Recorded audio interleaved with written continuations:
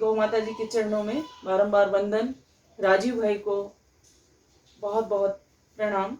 उन्हीं की आत्मशक्ति से हम सब ये कर पाते हैं। और गुरुजी निरंजन वर्मा जी के चरणों में भी बारंबार वंदन, जिनसे हमने ये ज्ञान प्राप्त किया और अब हम सब भाई बहन मिलकर इस ज्ञान को आगे बढ़ाने का प्रयास कर रहे हैं।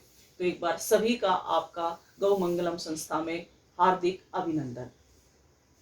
आज का जो हमारा विषय है, उस विषय में हम गौ माता की संरचना कि गौ माँ क्या है, सृष्टि में एक अलग जीव कैसे हैं, इस सृष्टि की प्रेरणा गौ माँ कैसे हैं, इस विषय पर हम चर्चा करेंगे।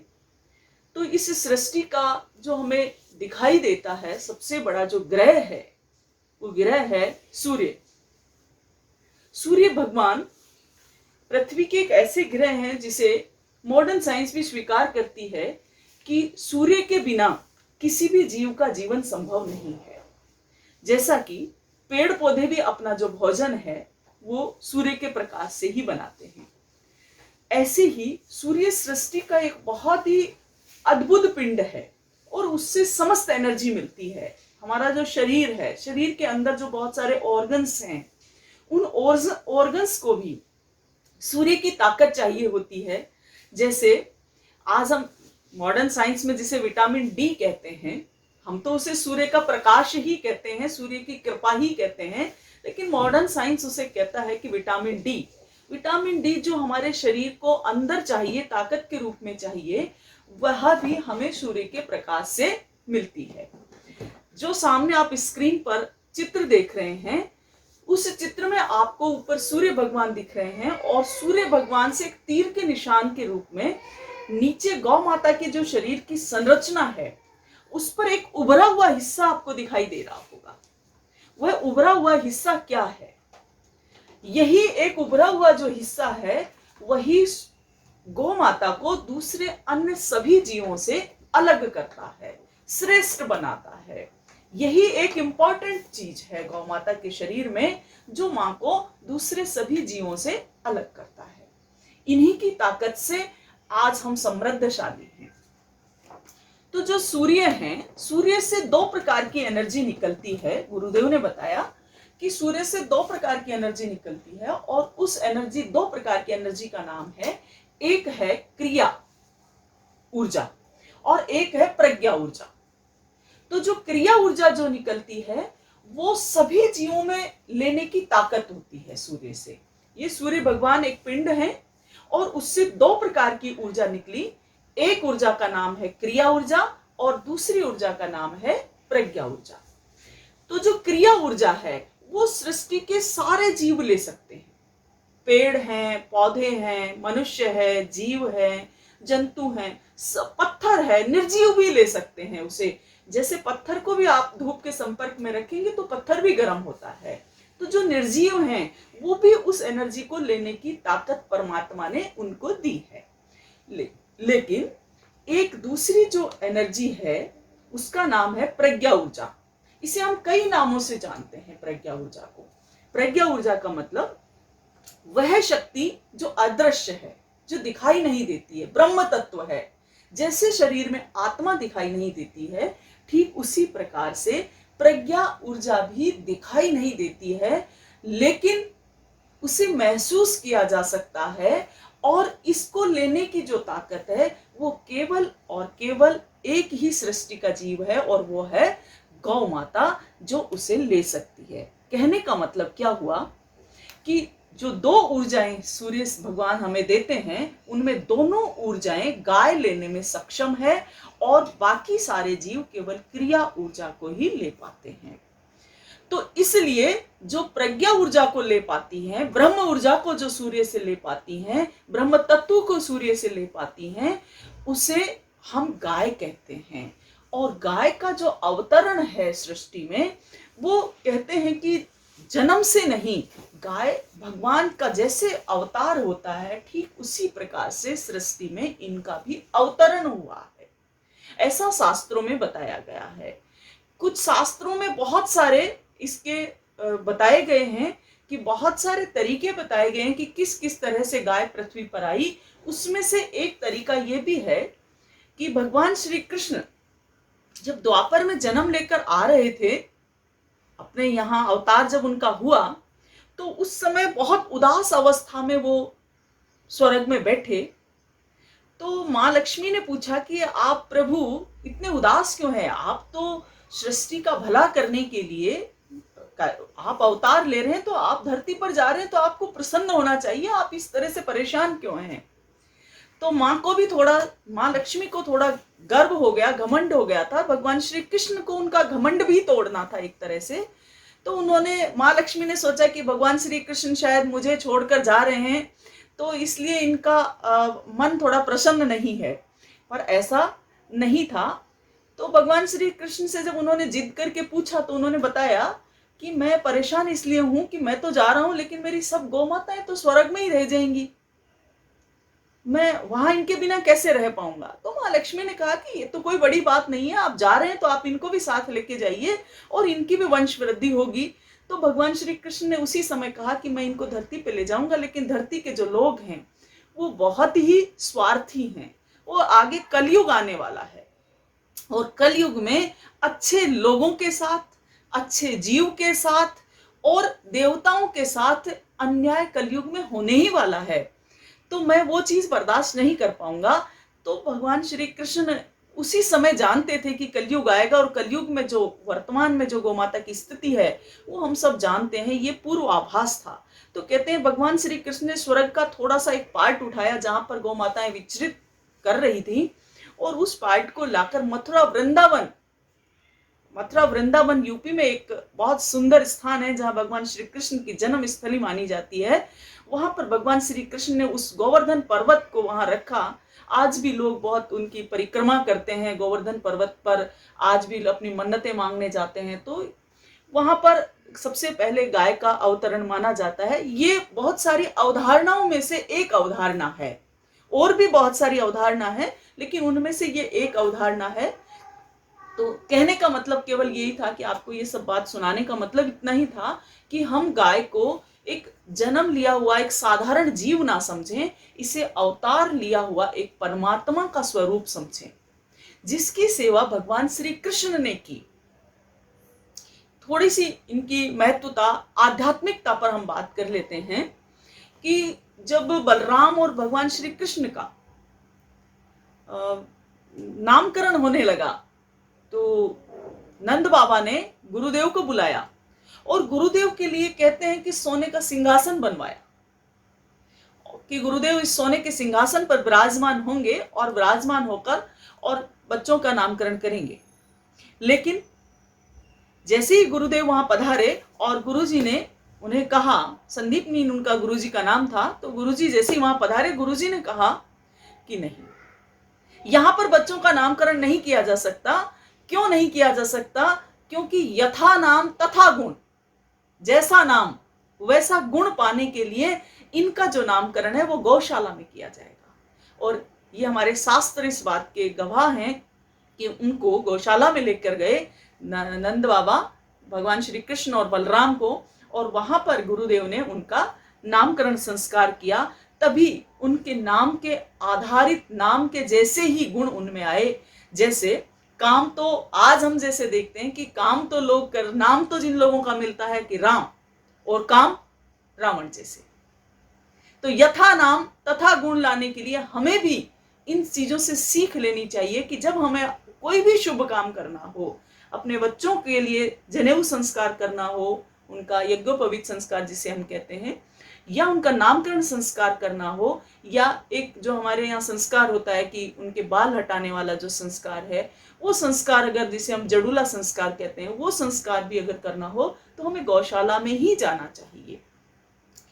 तो भगवान श्री कृष्ण भी का नामकरण भी जहां गौशाला में हुआ, गौमाता की शरण में हुआ, और नामकरण में भी देखो बहुत सुंदर विधि अपनाई गई थी उस समय कि बाल हटाए गए उनके सिर से, और उनके सिर पर गुड़ का लेप किया गया, घी और गुड़ का लेप किया गया, और घी और गुड़ का लेप करके और फिर उसे चटाया गया। कि जिससे गौमाता जीभ से जहां चाट जाती है, कहते हैं कि वहां पर अथाह एनर्जी, अथाह शक्ति आ जाती है। वह शक्ति है, वह ऊर्जा है। गौमाता अपने आप में एक पुंज है, एक प्रकाश पुंज है, और वो जहां स्पर्श कर जाते हैं उससे बहुत अधिक शक्ति और बहुत अधिक ताकत प्रदान होती है। जैसा हम मन से आत्मा से चाहते हैं वही सब हमें मिलने वाला है। दूसरा एक उदाहरण मिलता है कि जब भगवान श्री कृष्ण 12 वर्ष के हुए, तो 12 वर्ष की आयु के थे, उस समय उन्होंने खूब गैया चराई। और जब वो पहली बार गैया चराने के लिए जा रहे थे तो यशोदा माँ ने उनके लिए एक व्यवस्था की। और वो क्या व्यवस्था की कि भैया एक तो कंबल ले जाओ, एक डंडा ले जाओ और चप्पल पहन लो। पगरिया जिसको कहा उन्होंने उस भाषा में कि पगरिया लेकर जाओ, जिसे हम चप्पल कहते हैं। 3 चीजें उनको दी माँ ने। तो भगवान श्री कृष्ण ने वो लेने से मना किया। उन्होंने कहा कि आप मुझे डंडा दे दें, आप मुझे कंबल दे दें, लेकिन मैं ये पगड़िया नहीं ले सकता। तो माँ ने कहा कि जंगल जाओगे, बहुत कांटे चुभेंगे, आप ऐसे गाय के पीछे पीछे घूमोगे तो कांटे लगेंगे, आपको ये पहनना चाहिए। तो देखिए कितने सुंदर विचार थे। ये एक आदर्श के रूप में हमारे सामने खड़े हैं कि भगवान श्री कृष्ण ने कहा कि माँ, क्या आप मंदिर जाती हो तो आप चप्पल पहन के जाते हैं क्या? माँ ने कहा कन्हैया दिमाग खराब है, कोई मंदिर जाता है, अपने इष्ट के यहाँ जाता है तो चप्पल पहन के जाएगा क्या? तो उन्होंने कहा कि नहीं, वहां नहीं जाते हैं। तो कहा कि गैया भी तो मेरी आराध्य है, आप बताएं जब वो नंगे पैर हैं तो मैं उनके साथ चप्पल कैसे पहन सकता हूं? तो उसी समय भगवान श्री कृष्ण ने हम सब के लिए एक मैसेज दिया कि हमें गैया का सानिध्य एक देवता के रूप में करना चाहिए, जिसे भगवान श्री कृष्ण पूजते थे, जिन कृष्ण को हम पूजते हैं, भगवान श्री कृष्ण जिनको पूजते थे, हमें भी उन गैया की शरण में जाना चाहिए। हमें भी उन्हें देवत्व मानकर ही पूजन करना चाहिए। उनकी भिन्नता साइंस की दृष्टि से भी हम देख सकते हैं और आध्यात्मिक दृष्टि से भी देख सकते हैं। हमारा जो अध्यात्म है, जो इस अध्यात्म की जो शक्ति है, वह मॉडर्न साइंस के आगे बहुत बड़ी शक्ति है। मॉडर्न साइंस कहीं पर भी उसके सामने नहीं टिक पाता है। जैसे अभी हम यहाँ देख रहे हैं सामने स्क्रीन पर कि मॉडर्न साइंस का जो चित्र है, एक तरफ गौ माता का वह चित्र बनाया गया है और एक आध्यात्मिक चित्र बनाया गया है। ये मॉडर्न साइंस का जो चित्र है ये गुरुदेव ने ही बनाया है, और ये जो आध्यात्मिक चित्र है ये शास्त्रों में मिलता है।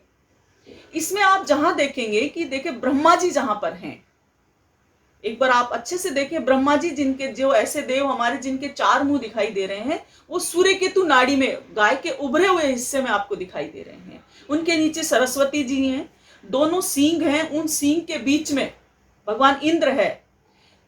इनके हमने मॉलिक्यूल्स बनाए और मॉलिक्यूल्स बनाकर हमने मॉडर्न साइंस के हिसाब से इनको बिल्कुल तैयार किया। आप दोनों सींगों के बीच में अगर मॉडर्न गाय में देखेंगे तो उसमें दिख रहा है आपको रेन वाटर। देखिए रेन वाटर आपको नजर आ रहा होगा। रेन वाटर में कि जहां इंद्र भगवान विराजमान थे वहां पर रेन वाटर है। कि ये जो गाय के 2 सींग हैं, दोनों हॉर्न हैं, ये ऊपर से आसमान से एनर्जी को खींचते हैं, बादलों को खींचते हैं और बरसात करते हैं। इसका एक बहुत ही अच्छा उदाहरण मैं आपको बताती हूँ कि हमारे यहाँ राजस्थान में विश्व की सबसे बड़ी गौशाला है और जिसका नाम है पथमेड़ा गौशाला। पथमेड़ा गौशाला बिल्कुल रेगिस्तानी क्षेत्र है, रेगिस्तान में है, जहां बहुत मिट्टी और बालू है। और लगभग आप उसका ना 20 साल पहले का इतिहास उठाकर देख लें कि वहां पर कभी बाढ़ की संभावना ही नहीं, पानी ही नहीं होता था। पीने के पानी के लिए भी बरसात के लिए इंद्र भगवान से प्रार्थना की जाती थी कि भगवान कुछ बारिश हो, क्योंकि बिल्कुल मरुस्थलीय क्षेत्र है वो। और वहां पर एक महात्मा जी आए और महात्मा जी ने आकर उस गौशाला को शुरू किया। और गौशाला शुरू करने के बाद में आप देखेंगे कि कुछ सालों पहले, आज से 6 साल पहले की बात है कि 6 साल पहले वहां पर बाढ़ की स्थिति हुई, भयंकर बाढ़ आया, जहां पर पानी मतलब खेती के लिए पानी नहीं बरसता था, अन्न उगने के लिए पानी नहीं बरसता था, वहां पर बाढ़ की स्थिति आई और बहुत भयंकर बाढ़ आई। मरुस्थल में बाढ़ पहली बार सुनाओ। ये सब हुआ कैसे? ये सब केवल इसी से हुआ कि जो गाय माता जहां पर बहुत सारी संख्या में रहती हैं, तो उनके जो सींग हैं, उनके जो हॉर्न हैं, ये हॉर्न मेघों को खींच कर लाते हैं और मेघ उसमें बारिश करते हैं।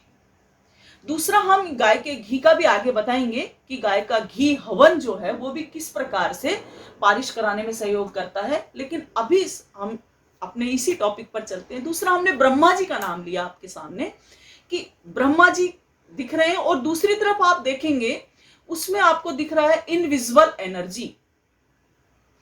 इनविजिबल एनर्जी का मतलब अदृश्य शक्ति, ब्रह्म तत्व, कि जो हमें आंखों से दिखाई नहीं देता, ऐसा ब्रह्म तत्व ब्रह्मा जी का प्रतीक इनविजिबल एनर्जी है, जिसे मॉडर्न साइंस के बच्चे भी बहुत आसानी से पढ़ सकते हैं और समझ सकते हैं।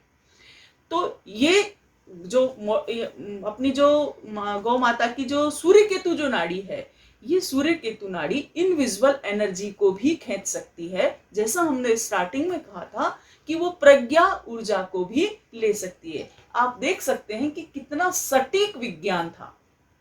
बस उस विज्ञान का प्रेजेंटेशन उन्होंने आध्यात्मिक हिसाब से हमारे पूर्वजों ने किया, और मॉडर्न साइंस अपने हिसाब से इसे प्रेजेंट करती है।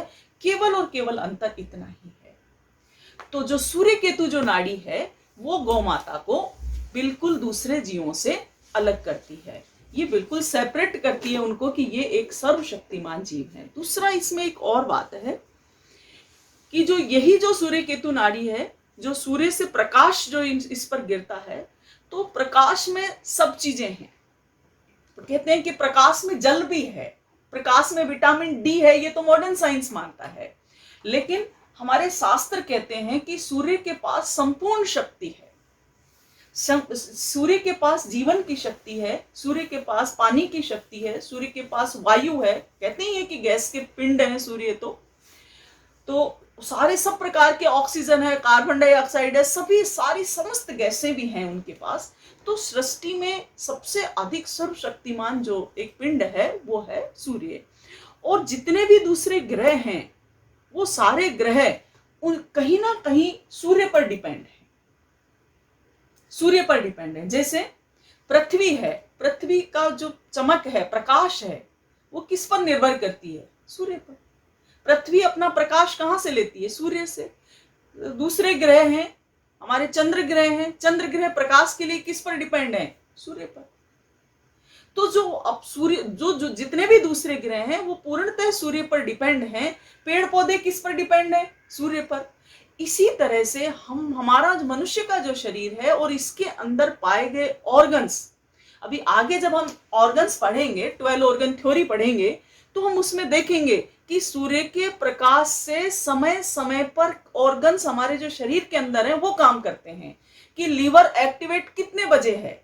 सूर्य के प्रकाश से। और दूसरे जो हमारे अंग हैं, हमारा आमाशय है, वो एक्टिवेट कितने बजे है? तो वो सब हम आगे पढ़ने वाले हैं। तो इस प्रकार से जो एनर्जी जो गाय माता खींचती है वो इनविजिबल एनर्जी जो हम लोगों को दिखाई नहीं देती। तो उनके शरीर की रचना इस प्रकार की है कि ये जो सूर्य केतु नाड़ी है, गाय के सींगों के बीच में एक उभरा हुआ हिस्सा होता है मस्तिष्क पर।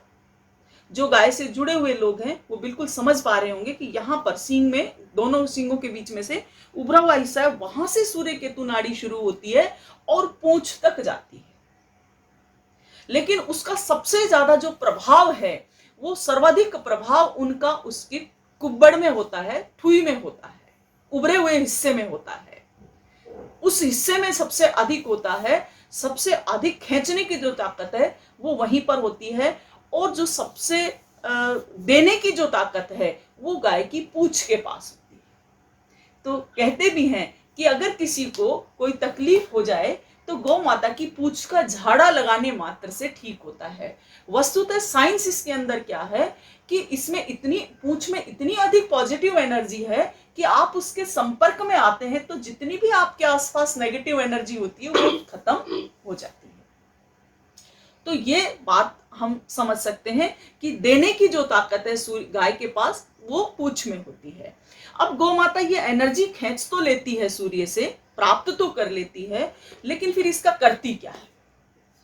इसमें सर्वाधिक जो स्वर्ण क्षार होता है वह भी सूर्य की किरणों में पाया जाता है। और स्वर्ण क्षार को भी गौ माता अपनी सूर्य केतु नाड़ी के माध्यम से खींच लेती है। और खींचकर 3 तरह से वो डिवाइडेशन करती है। जब वो चारा खाते हैं तो बहुत जल्दी जल्दी जल्दी जल्दी चारा खा लेते हैं, लेकिन जब वो चारा खाने के बाद विश्राम में बैठते हैं तो जुगाली करते हैं बैठकर। जुगाली मतलब मुंह चलाना, मुंह चलाते हैं वो बैठकर। और जब वो मुंह चलाते हैं तो उस मुंह चलाने में यही होता है कि जितनी एनर्जी उन्होंने स्टोर की है सूर्य से लेकर, वो अपने भोजन में मिक्स करते हैं उसे। और मिक्स करने के बाद में अब उनकी जो आंत है, उस आंत के माध्यम से उसे डाइजेशन में लाते हैं, और डाइजेशन के बाद में उसे 3 भागों में विभक्त कर देते हैं उस एनर्जी को। कुछ एनर्जी दूध में दे देते हैं, कुछ एनर्जी गौमूत्र में देते हैं, और कुछ एनर्जी गोबर में देते हैं। मेरे भाई बहन, गाय माता का जो गोबर है वो सबसे अधिक एनर्जी लेता है।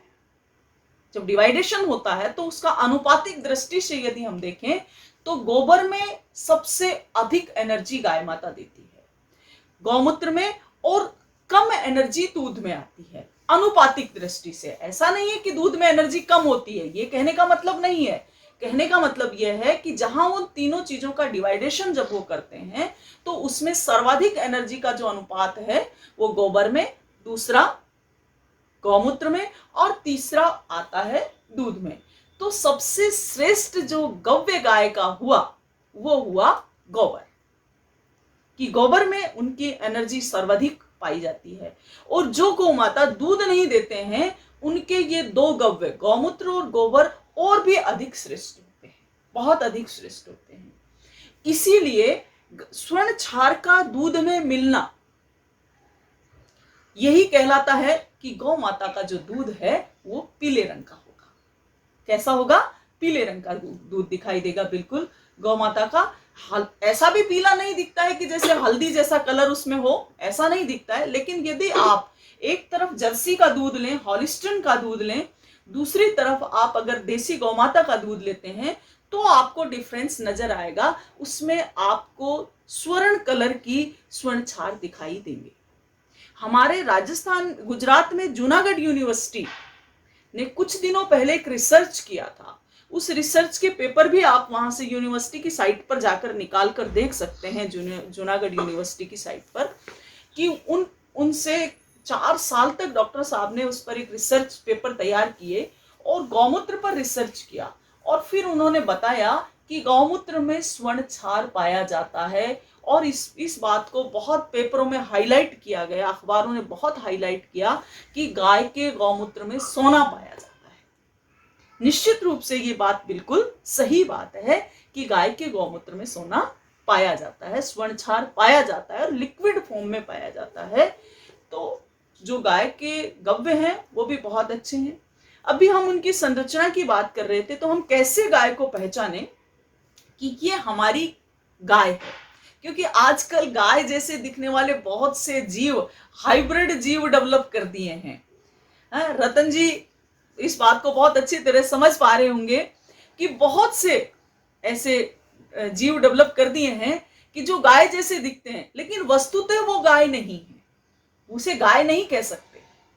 तो एक बार स्वानंद भाई उसमें वो दोनों पिक्चर्स एक बार सामने स्क्रीन पर लाएं, कि जहां एक तरफ देसी गाय है हमारी, इंडियन काउ जिसे हम कह सकते हैं, और दूसरी तरफ हॉलिस्टन, फिजिशियन और जितने ये विदेशी ब्रीड जो तैयार किए हैं, हाइब्रिड ब्रीड तैयार किए हैं।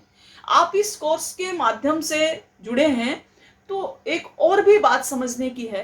हाँ, अब आपके सामने है कि वो बात क्या है कि लोग आपसे कहेंगे कि साहब देसी दिखने वाली है, लेकिन कुछ उसके अंग ऐसे हैं कि जो जर्सी जैसे हैं, हॉलिस्टन जैसे हैं, फिजिशियन जैसे हैं।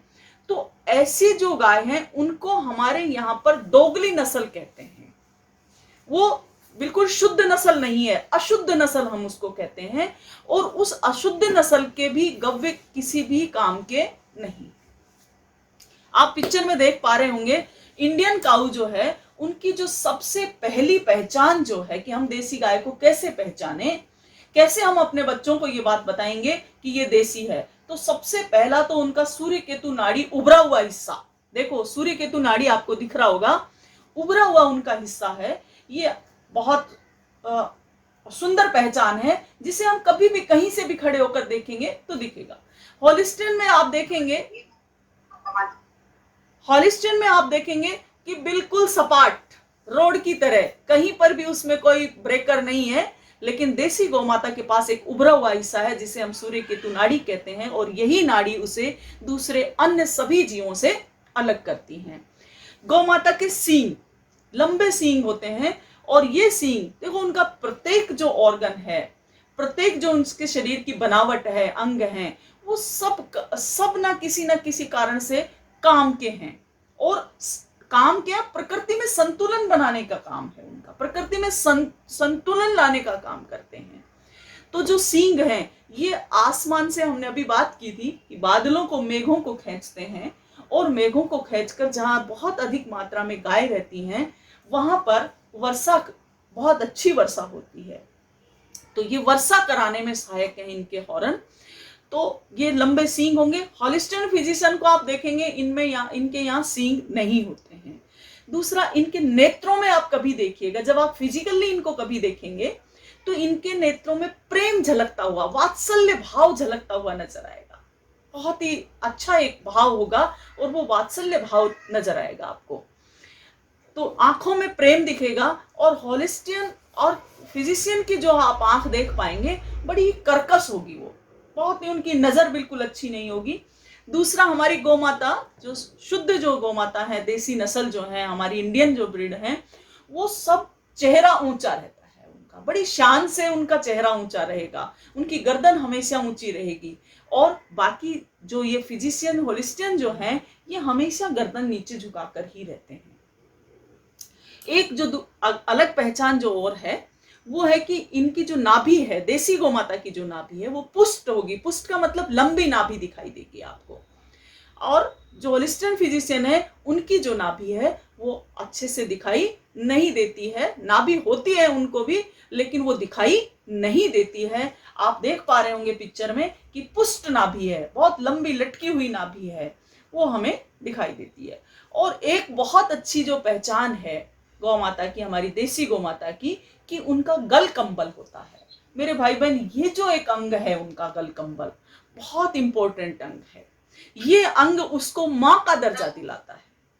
जो आज हम देसी गौमाता को मां कहते हैं ना, वो मां का दर्जा दिलाने में सबसे जो महत्वपूर्ण भूमिका निभाता है, उनका गल कंबल दिलाता है। इसे गल कंबल कहते हैं। झालर जिसे कहते हैं, कई लोग इसको अपनी भाषा में झालर कहते हैं, वैसे हम ये कहते हैं कि एक लंबा हुआ झालर जैसा लटकता हुआ जो पार्ट है उनका, उसे, ये बिल्कुल बहुत अच्छा है, जो माँ की श्रेणी में उन्हें लाकर खड़ा करता है। इसका मैं आपको उपयोग बताती हूँ। राजीव भाई ने एक रिसर्च किया, जो भैंस और गाय पर किया था उन्होंने, राजीव भाई ने, और उसमें बताया था उन्होंने कि जो देसी गौमाता है उसको भी स्लो पॉइजन दिया गया, और भैंस को भी स्लो पॉइजन दिया गया। स्लो पॉइजन जिससे डेथ नहीं हो, लेकिन पॉइजन शरीर में जाए। तो फिर उनसे जो दूध मिला, देसी गाय का जो दूध मिला, एक तरफ भैंस का जो दूध मिला, तो देसी गाय के दूध की भी जांच हुई और भैंस के दूध की भी जांच, लेबोरेटरी टेस्ट कराया उन्होंने। और उस लेबोरेटरी टेस्ट में उसमें बताया उन्होंने कि जो देसी गाय थी, उसके दूध में बिल्कुल भी पॉइजन का असर नहीं था। गौमूत्र की जांच कराई, गौमूत्र में भी बिल्कुल उसमें स्लो पॉइजन नहीं था। गोबर की जांच कराई, गोबर में भी स्लो पॉइजन नहीं था। और भैंस के भी गोबर और उसका मूत्र और दूध की जांच हुई, उनके तीनों में ये चीज पाई गई, तीनों में स्लो पॉइजन का असर मिला, थोड़ी थोड़ी मात्रा में। लेकिन कुछ दिनों, 15 से 20 दिन के बाद में जब उसको देखा गया, तो जो गौमाता है उनके यहाँ पर एक गल कंबल में एक नीले रंग की एक छल्ला सा बन गया, नीले रंग का एक पार्ट तैयार हो गया, एक छल्ला जैसा नीले रंग का बन गया। और उसमें फिर इंजेक्शन से उसमें से निकलवाया गया पानी, और उस इंजेक्शन की जांच कराई, उस पानी की जांच कराई, तो उसमें पाया गया पॉइजन। इससे स्पष्ट हो गया बिल्कुल कि गौमाता अगर गलती से भी कुछ गलत चीज खा जाते हैं, गलती से भी कुछ गलत खा लिया, तो इनपुट में अगर कुछ गलत चला भी गया, आउटपुट गौमाता का हमेशा बेस्ट ही होगा। आउटपुट में किसी भी प्रकार का कोई संदेह नहीं होगा। लेकिन फिजिशियन, हॉलिस्टन, भैंस, ये जो दूसरे जीव हैं, ये जैसा खाएंगे वैसा ही देंगे। इनमें वो सब चीजें वैसे ही मिलेंगी, कहीं पर भी कुछ शुद्धिकरण करने का इनके पास कुछ नहीं है। गौ माता के पास ये शुद्ध है कि माँ अगर कुछ भी गलत खाया तो अपने बच्चों को शुद्ध ही प्रोवाइड कराएंगी, शुद्ध ही मिलेगा। इसीलिए कभी कहते हैं कि कोई माँ अपने बच्चों को कोई गलत चीज नहीं दे सकती, इसलिए हमारी जो गौ माता है वो हमें किसी भी माध्यम से कोई भी अशुद्ध चीज नहीं दे सकती। तो कभी भी आप इस भ्रम में ना रहें कि गौ माता, फर्क होता है उसके चारे का, कि हम शुद्ध चारा गौ माता को खिलाएंगे तो निश्चित रूप से क्वालिटी और अच्छी बेस्ट आएगी, लेकिन इस बात के भ्रम में कभी भी नहीं रहना चाहिए कि गौ माता का इनपुट क्या गया है, आउटपुट तो हमेशा वरदान ही होगा, आउटपुट तो हमेशा बेस्ट ही होगा, अच्छा ही होगा। तो ये गौ माता लंबी पूंछ एक अलग पहचान। तो मैंने आपको बताया था कि सूर्य केतु नाड़ी की जो देने, सूर्य केतु नाड़ी के माध्यम से जो अर्जित वो करते हैं, और उसमें जो देने की जो ताकत है वो पूंछ के पास होती है। कि जब भी कभी छोटे बच्चे को कुछ तकलीफ हो जाए, या आपके मन में बहुत सारे नेगेटिव विचार भर जाएं, या आप किसी पीड़ा या कष्ट में आ जाएं, या आप किसी बीमारी से ग्रस्त हो जाएं, तो एक सरल सा भी उपाय है कि गौ माँ के चरणों में पहुंचें और उनकी पूंछ का झाड़ा भी अगर हम लगाते हैं तो उससे भी हमें बिल्कुल पॉजिटिव एनर्जी मिलेगी।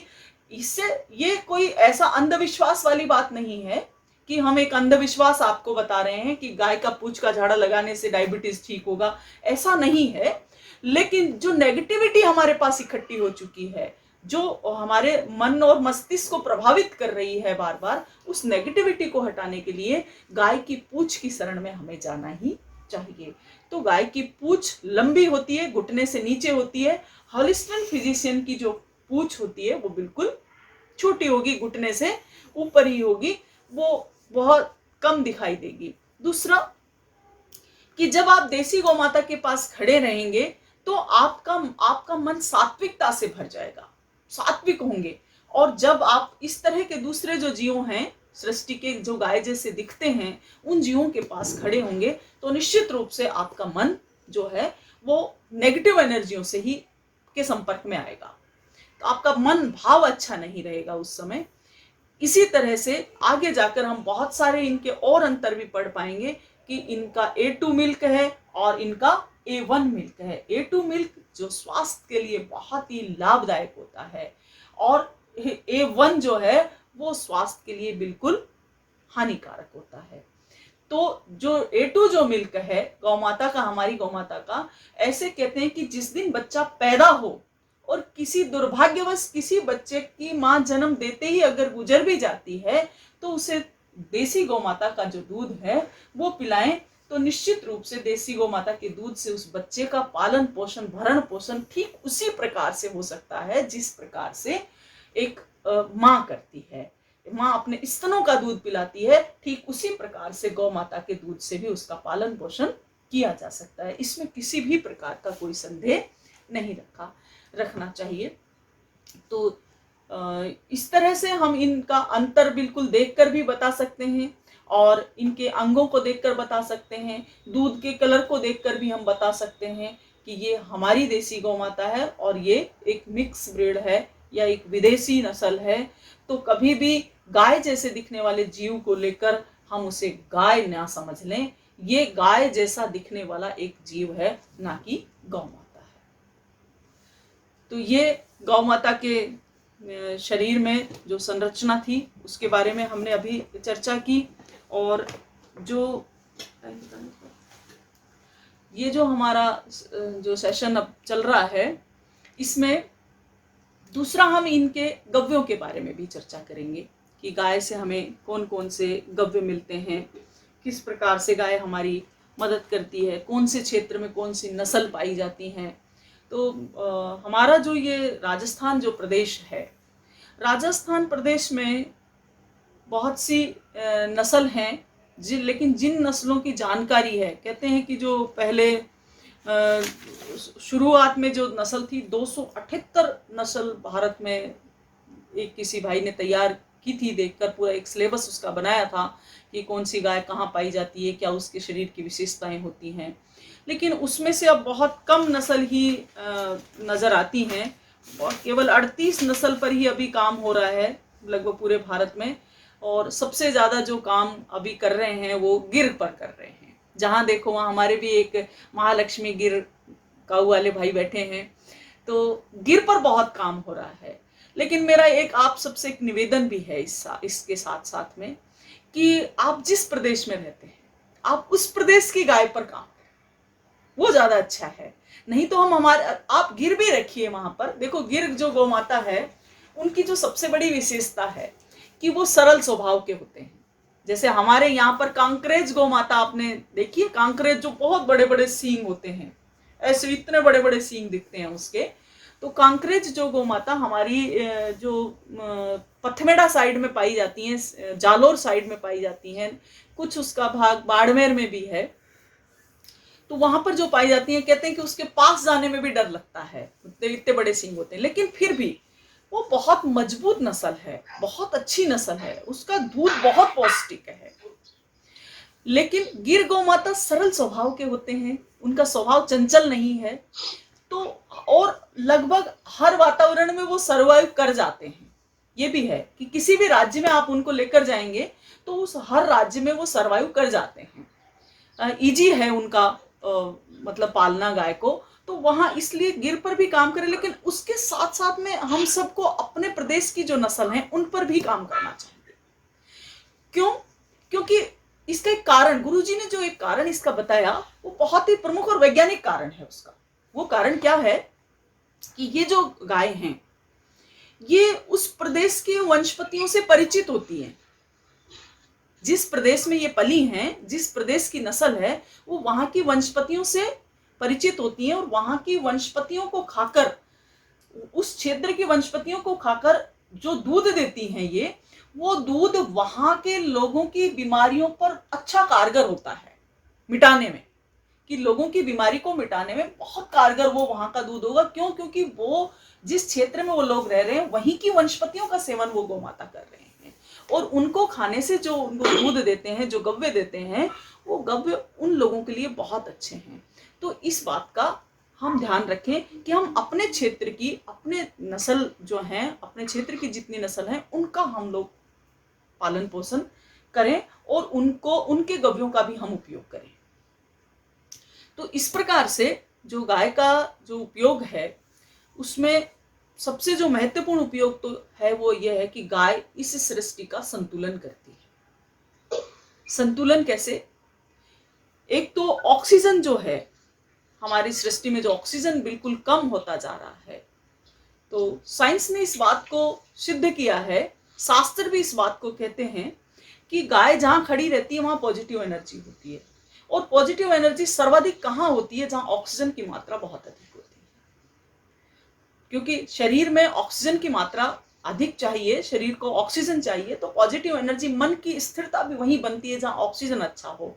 आज जो हम योगा प्राणायाम जो करते हैं वो भी हमारी इसी अवधारणा पर आधारित है कि योग और प्राणायाम हमारे शरीर के ऑक्सीजन को संतुलित रखते हैं, मेंटेन रखते हैं। इसलिए हमारा जो मन और मस्तिष्क है वो बिल्कुल स्थिर होता है। तो गाय जहां है वहां पर ऑक्सीजन की किसी भी रूप से कमी नहीं आ सकती। मेरे भाई बहन, एक बहुत बड़ा षड्यंत्र हमारे साथ अब जो होने वाला है वो निश्चित रूप से होने ही वाला है अभी, कि अभी दीपावली के समय में आप देखेंगे कि बहुत पेपर में या न्यूज में दिखाया जाता है कि साहब उस क्षेत्र का, उस बड़े शहर का, पूना का, बॉम्बे का और आपके ये दिल्ली का, है ना, जयपुर का, ऑक्सीजन लेवल बिल्कुल डाउन चला जाता है। वातावरण में ही ऑक्सीजन लेवल डाउन हो जाता है, बिल्कुल कम हो जाता है, यहां तक कि 16% ऑक्सीजन बच जाती है। लेकिन एक स्वस्थ मनुष्य को श्वसन क्रिया के लिए जो ऑक्सीजन की जो आवश्यकता होती है वो लगभग 22-23% ऑक्सीजन की आवश्यकता होती है, कि 22-23% ऑक्सीजन वातावरण में होना ही चाहिए। यदि इससे कम है तो फिर हमारे फेफड़ों में कार्बन डाइऑक्साइड गैस जाता है। तो इस हिसाब से इतना ऑक्सीजन होना चाहिए। तो अब होने क्या वाला है कि जैसे आज हम मोबाइल जेब में रख के घूमते हैं, ऐसे ही चीन ने तो घोषणा भी की थी कि चीन ऑक्सीजन के सिलेंडर अब बांटेगा। और वो सिलेंडर हमें जेब में रखने पड़ेंगे और धीरे धीरे हमें उस ऑक्सीजन से अपना अपना जीवन चलाना पड़ेगा। लेकिन हम लोगों को डरने की जरूरत नहीं है जिनके पास गाय है। क्यों? क्योंकि गाय के पास ऑक्सीजन बहुत है। तो जो घर में गाय रखते हैं उनके पास गौ माता वैसे ही ऑक्सीजन की कमी नहीं आने देंगे, क्योंकि श्वसन क्रिया में गाय सृष्टि का एक ऐसा जीव है जो ऑक्सीजन लेता है और ऑक्सीजन देता है।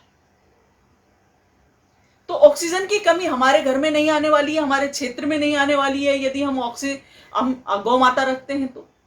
दूसरा इसका है कि गाय का जो गोबर है, आगे हम गोबर पर जब चर्चा करेंगे तो हम बहुत डीपली जाकर उसमें बताएंगे। अभी थोड़ा नॉर्मल मैं इस टॉपिक को उठाती हूँ कि गाय का जो गोबर है वो भी ऑक्सीजन का ही भंडार है, इसमें बहुत ऑक्सीजन है। गुरुदेव ने इसका लेबोरेटरी टेस्ट भी करवाया कि गाय के गोबर में ऑक्सीजन बहुत है।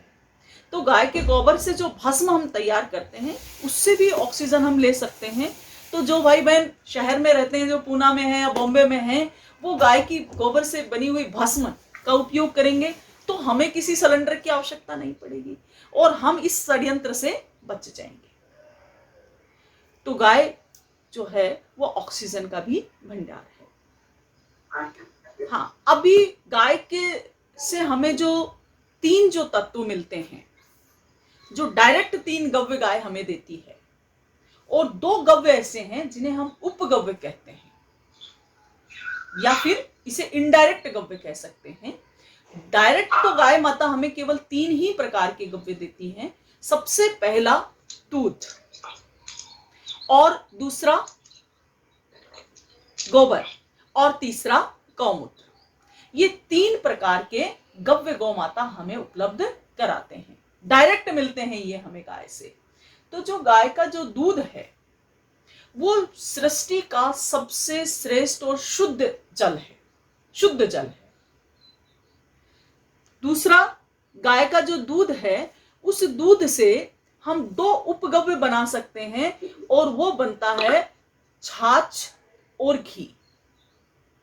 2 उपगव्य बनते हैं, छाछ और घी। घी का मतलब घृत। आप इस पर देख पा रहे होंगे कि जो गौमय है, गौमय सृष्टि के 5 तत्वों में भूमि तत्व है, गौमूत्र वायु तत्व है, गोदुग्ध जल तत्व है, और गोतक्र या इसे हम छाछ कह सकते हैं, ये आकाशीय तत्व है, और गोघृत अग्नि तत्व है। हम इनमें से एक एक तत्व के बारे में जानकारी करेंगे। जैसा कि शास्त्र कहते हैं कि मनुष्य का जो शरीर है वो 5 तत्वों से मिलकर बना है।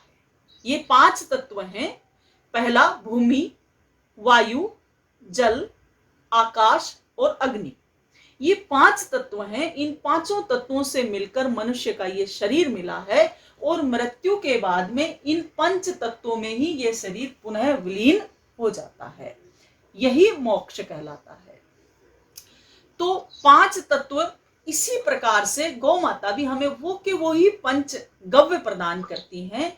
जो भूमि तत्व का प्रतिनिधित्व करता है वो है गाय का गोबर, मिट्टी। जो भूमि तत्व में है वही गाय के गोबर में है। दूसरा है वायु तत्व। वायु में जो है स्पर्श का जो गुण वायु में पाया जाता है, वही तत्व गौमूत्र में भी पाए जाते हैं, वायु तत्व।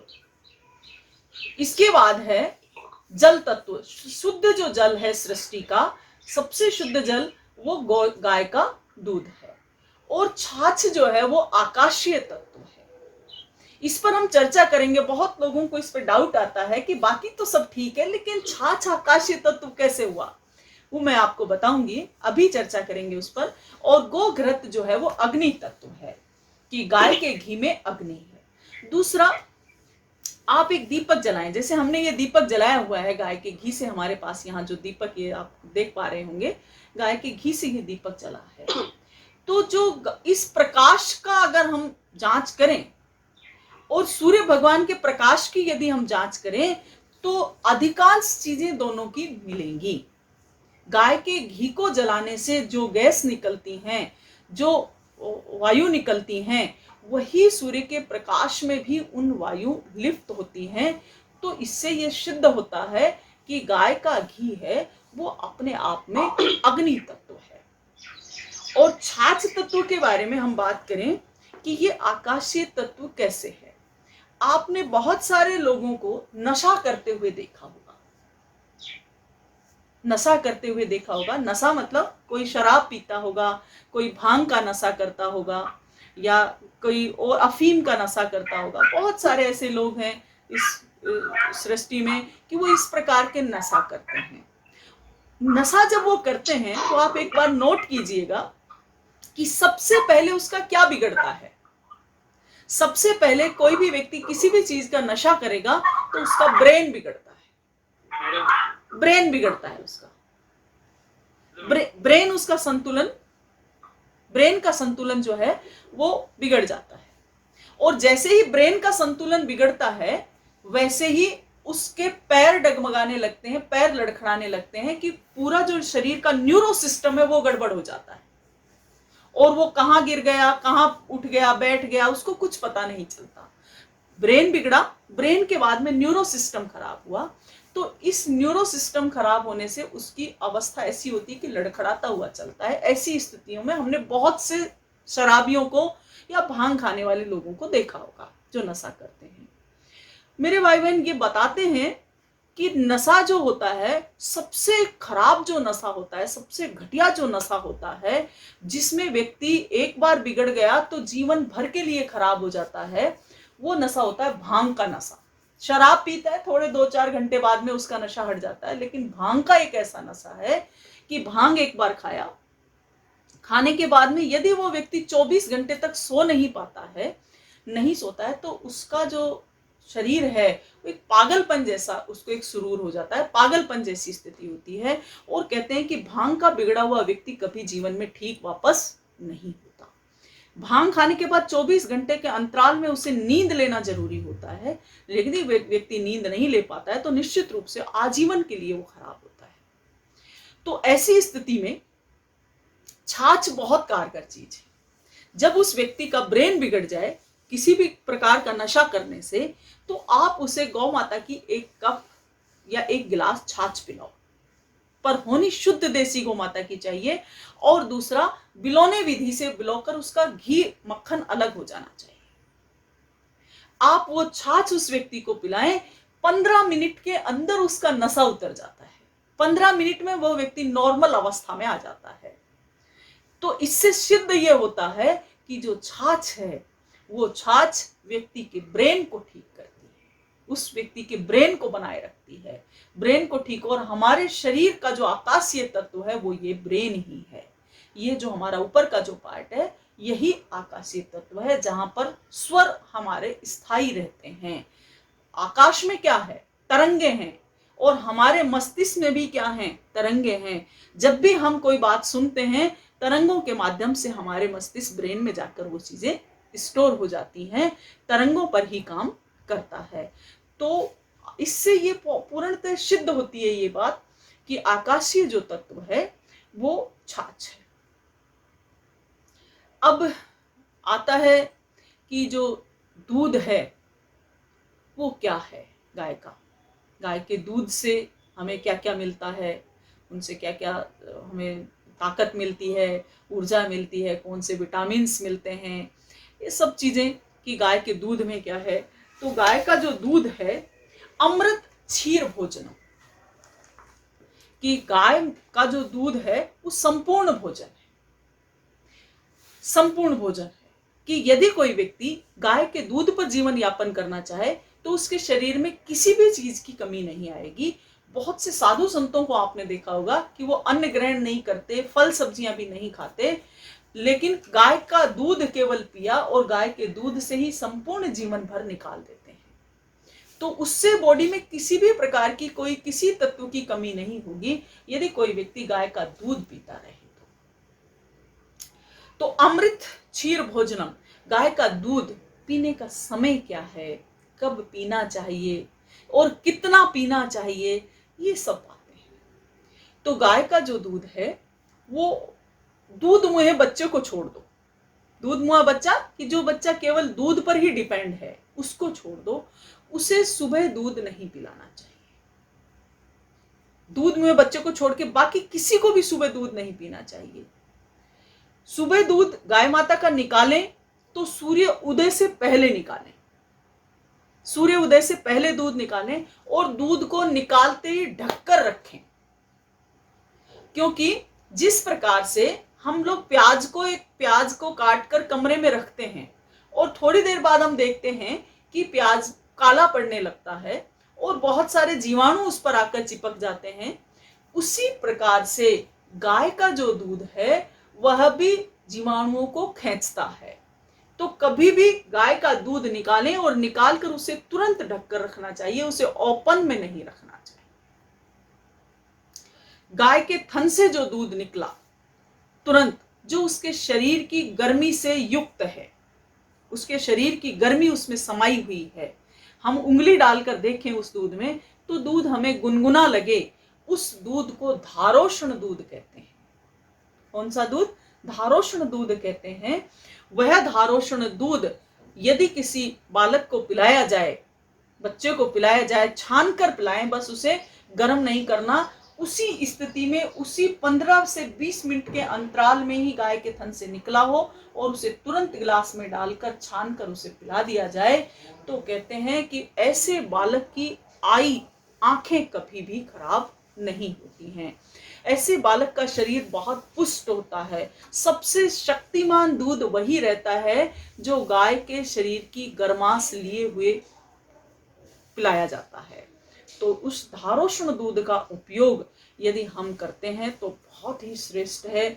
बहुत सारे रोग हैं ऐसे जिन रोगों में गाय का ये दूध बहुत ही कारगर है। जब हम रोगों की चर्चा करेंगे तो उसमें हम इस बात को आगे पढ़ेंगे। तो गाय का दूध सूर्य उदय से पहले निकलना चाहिए और सूर्य उदय से पहले निकलने के बाद उस दूध को ढककर रखें। और दिन में आम आदमी को या जो बालक है जो भोजन करने लग गया है उसे सुबह दूध नहीं पिलाना चाहिए। जैसे बहुत सी माताएं हैं जो सुबह सुबह बच्चे को 1 गिलास दूध गर्म करके देंगी और उसमें पता नहीं कौन सा कचरा बोनविटा ये कचरा पट्टी मिला के और उसको खिलाती हैं। और वो बहुत, मेरे भाई बहन, ये सब बहुत गलत चीजें हैं। सुबह दूध नहीं, सुबह बच्चे को खिलाओ आप दही, मक्खन, मिश्री, छाछ, दूध मुए बच्चे को छोड़कर। बाकी जो बड़े बच्चे हैं, जैसे 5वीं, 6ठी, 7वीं, 3री, 4थी क्लास में बच्चा पढ़ रहा है, भोजन करता है, तो उसे आप सुबह दही के साथ रोटी खिलाएं। आप केवल दही खिला सकते हैं उसे, और दही में कभी भी नमक नहीं मिलाना है। ये गलती कभी ना करें कि दही में नमक डालें। दही में नमक नहीं डालना है। दही में नमक की इस डालने से उसमें जो मौजूद जो अच्छे जो जीवाणु हैं वो सब डेड हो जाते हैं और फिर वो दही हमने जो खाया वो एक कचरे के रूप में शरीर में जाएगा, उसका कोई उपयोग नहीं रहेगा। दही में गुड़ मिलाकर खाएं। दही के साथ गुड़ का बहुत अच्छा कॉम्बिनेशन है, बहुत अच्छा कॉम्बिनेशन है, बहुत ताकत को बढ़ाएगा। और दही और गुड़ खाएं, चीनी बिल्कुल नहीं। सफेद चीनी खाने योग्य पदार्थ ही नहीं है, वो चीनी का कभी उपयोग नहीं करें। आप खाएं तो मिश्री ले सकते हैं उसके स्थान पर, नहीं तो गुड़ सबसे बेस्ट है। दही का और गुड़ का बेस्ट कॉम्बिनेशन है। बच्चों को अगर दही देते हैं तो उसके साथ आप गुड़ जरूर दें। तो जो दूध है वो सुबह नहीं दें, दही खिलाएं। दूसरा, मक्खन और मिश्री। मक्खन और मिश्री का कॉम्बिनेशन बहुत अच्छा है। मिश्री भी कौन सी, आजकल बाजार में लोग चीनी की बोरी खोल के मिश्री बनाने लग गए हैं, उससे बचें। धागे वाली जो शुद्ध मिश्री जो गन्ने के जूस से ही तैयार होती है उस मिश्री का उपयोग करें। मिश्री का पाउडर बनाकर अगर मक्खन में मिलाकर उसे खिलाते हैं, बहुत पौष्टिक है। दुनिया की कोई भी चीज ऐसी नहीं है जो इसका मुकाबला कर सके। बच्चों के लिए सबसे बेस्ट है वो। तो उसमें आप मक्खन और मिश्री का कॉम्बिनेशन दे सकते हैं। अगला, छाछ आप उनको पिला सकते हैं। सुबह छाछ भी पी जा सकती है। छाछ में जीरा और नमक दे सकते हैं। जहां पर भी हम पंचगव्य वाले जहां पर भी नमक की बात करेंगे, आप नमक केवल और केवल सेंधा नमक ही समझें उसे।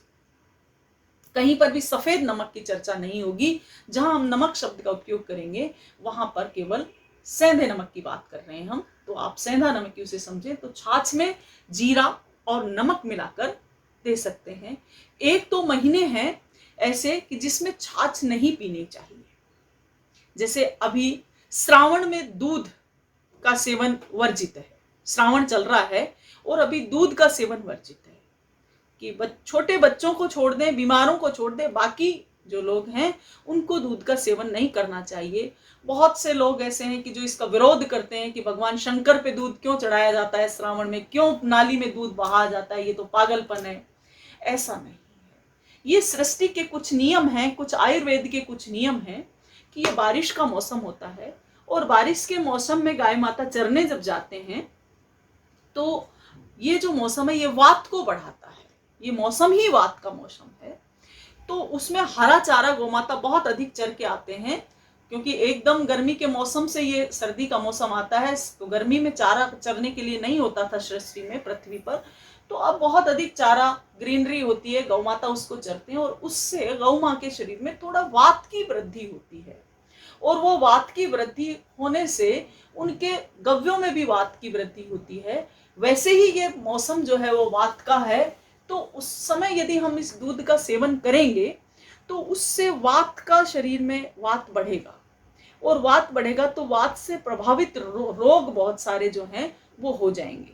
तो इन रोगों से बचने के लिए हमें इस महीने में जो दूध है उसे भोलेनाथ को समर्पित कर देना चाहिए, क्योंकि सृष्टि में एक ही तो ऐसे देव हैं जो विष भी पी गए थे, तो भोलेनाथ को तो वो दूध भी पच जाएगा, क्योंकि उनको तो विष ही पच गया था। तो भोलेनाथ को समर्पित करना चाहिए। तो इन्हें इन नियमों का भी पालन करें। तो छोटे बच्चों की हम बात कर रहे थे कि बच्चों को उस समय मक्खन मिश्री दे सकते हैं और छाछ दे सकते हैं, छाछ में जीरा और नमक मिलाकर उन्हें पिला देना चाहिए। तो इस तरह से हम इन का ध्यान रखें दूध का, और कि दूध दिन में नहीं पीना। अब बात आती है कि दूध पीना कब चाहिए। सुबह का दूध निकालते कब है? सूर्य उदय से पहले निकलना चाहिए। और शाम का दूध जो गौमाता से निकालना है वो सूर्य अस्त के बाद निकालें, या सूर्य अस्त का समय जब हो चुका है उसी समय गाय का दूध निकालें, जिसे हम संध्या काल कहते हैं पूर्णतः, कि जब सूरज बिल्कुल डूबने वाले ही हैं उस समय में ही गाय का दूध निकलना चाहिए। सूर्य के प्रकाश के समय में गाय का दूध नहीं निकालें। जब प्रकाश डाउन हो जाए उसके बाद ही संध्या के समय गाय का दूध निकालें। और उसमें यदि आप बच्चे को धारोष्ण दूध पिलाते हैं छानकर तो बहुत बेस्ट है, बहुत अच्छा है, बहुत अमृत है, बहुत सारे रोगों में से लड़ने की क्षमता प्रदान करता है और प्रतिरोधक क्षमता बढ़ाने का सबसे श्रेष्ठ उपाय है कि धारोष्ण दूध पिलाओ।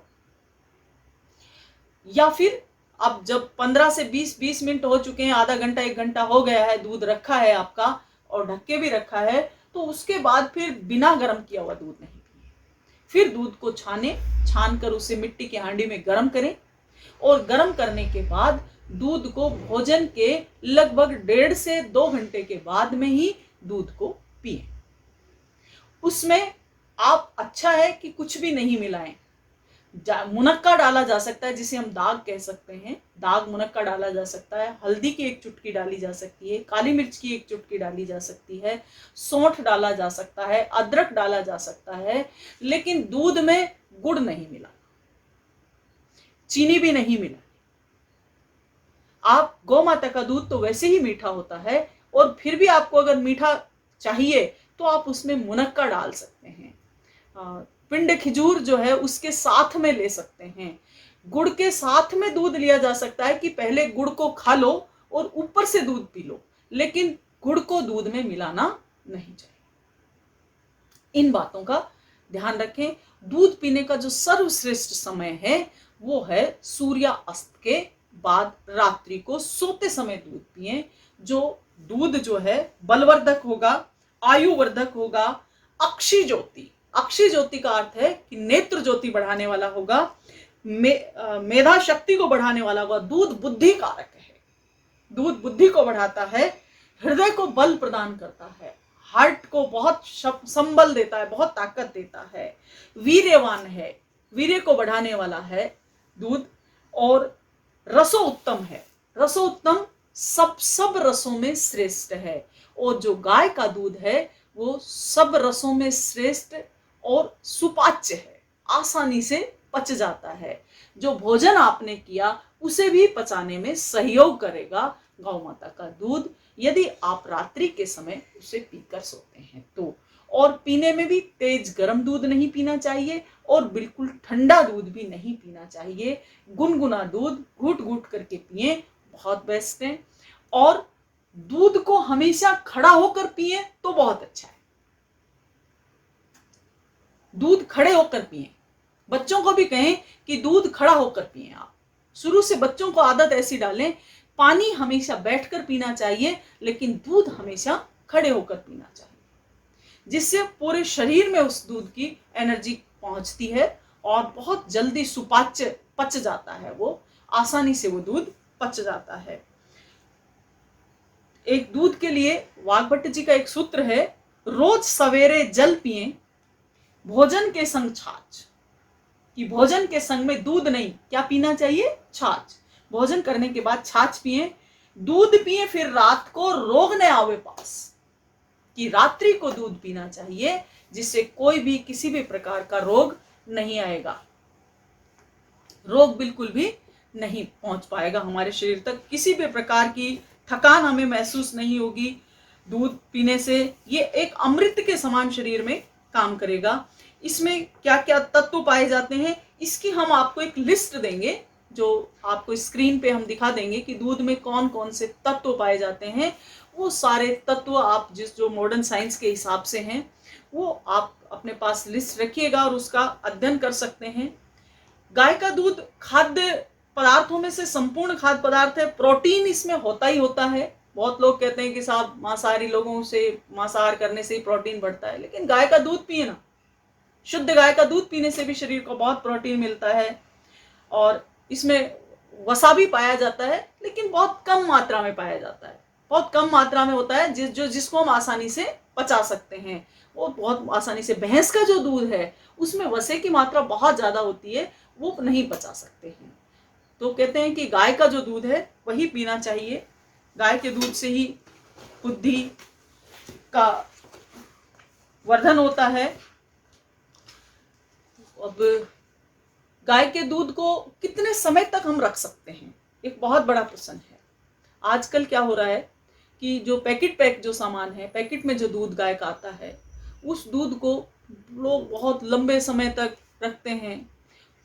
गाय के दूध की जो वैलिडिटी है, आपने अभी गाय के थन से दूध निकाला और थन से निकालने के बाद में उसे रखा तो उसकी वैलिडिटी मात्र 5 से 6 घंटे की है।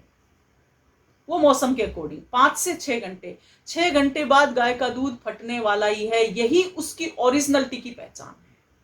अगर आपको कोई दूधिया आपके यहाँ दूध लेकर आता है और आपको उसकी ओरिजिनलिटी पहचाननी है तो आप उससे केवल एक प्रश्न पूछिए, उससे कहिएगा कि भैया आपने ये दूध निकाला कितने बजे था। वो अगर आपसे कहता है कि ये दूध मैंने 4 बजे निकाला था तो आप उसमें 5 घंटे प्लस कर दीजिए और 5 घंटे प्लस करके उसे रख दो।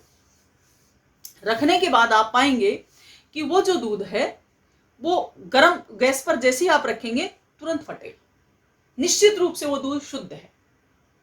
लेकिन अगर वो नहीं फटता है, 6 घंटे के अंतराल पर भी वो दूध नहीं फटता है, तो निश्चित रूप से उसमें कुछ ना कुछ मिक्सिंग की हुई है। फ्रिज में कभी दूध को नहीं रखना चाहिए। हालांकि किसी भी चीज को फ्रिज में नहीं रखना चाहिए, लेकिन दूध को कभी भी फ्रिज में नहीं रखना चाहिए।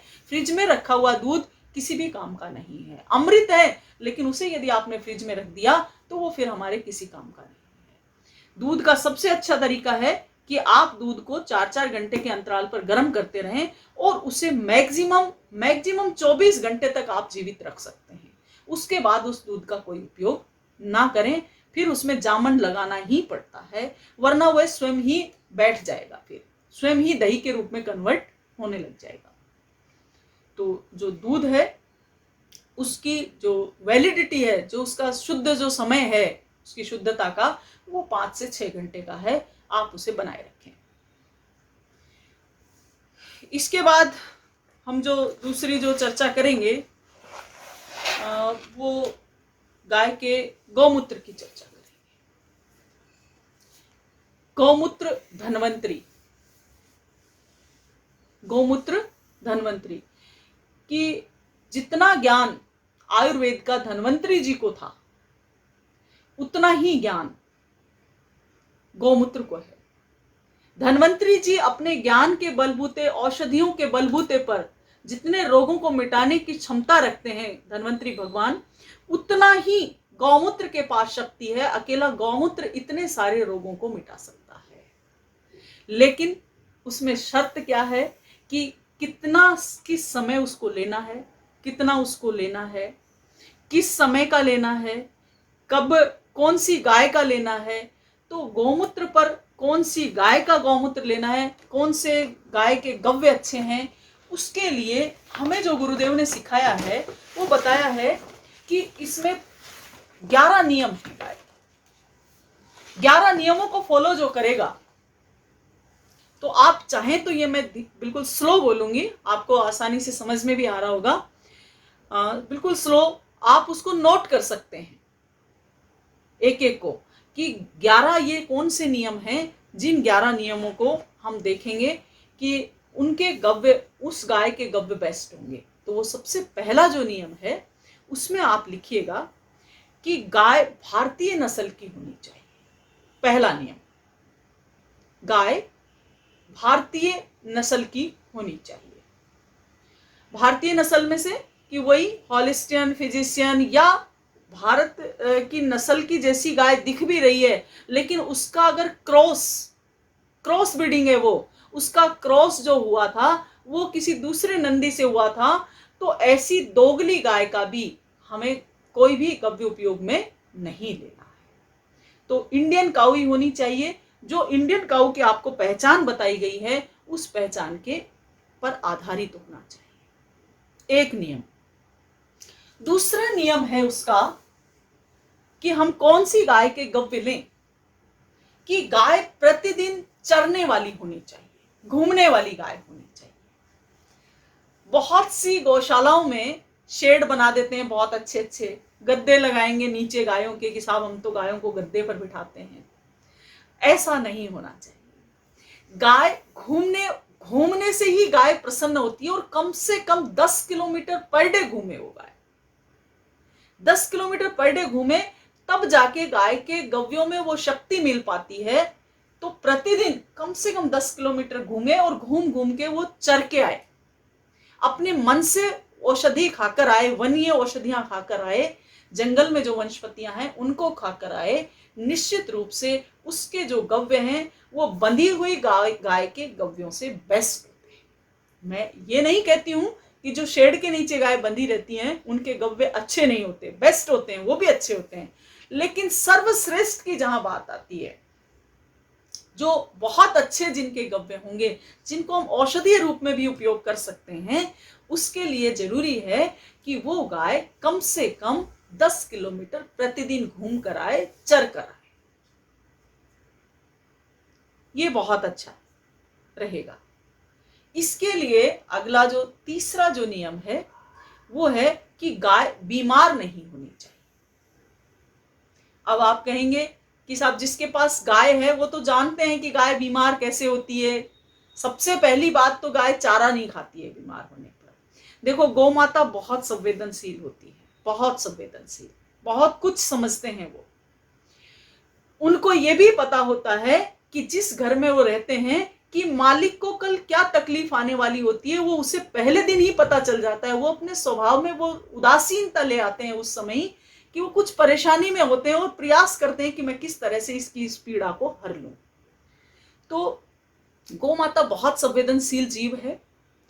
इसमें कि जो गाय के जो तीसरा जो नियम मैंने आपको बताया, तीसरा कि जो गाय है इसके जो गव्य हैं, इनको हम लेते समय जो तीसरी बात जो हम ध्यान रखें कि वो बीमार नहीं हो। तो बीमारी का जो कारण है वो क्या रहेगा, कैसे हम पता लगाएंगे? कुछ भी कारण हो सकता है कि चारे में कुछ गलत खाया, पानी कुछ गलत पी लिया, या धूप छांव में बहुत ज्यादा घूम लिए, तो उससे भी गाय को थोड़ी तकलीफ होती है। लेकिन हमें कैसे पता चले कि गाय बीमार है? बहुत साधारण सा तरीका है गाय का देखने का, कि गाय का कान पकड़ कर देखिए आप, और हमारी बॉडी के टेम्परेचर से यदि गाय का टेम्परेचर ज्यादा है तो ठीक है, गाय स्वस्थ है।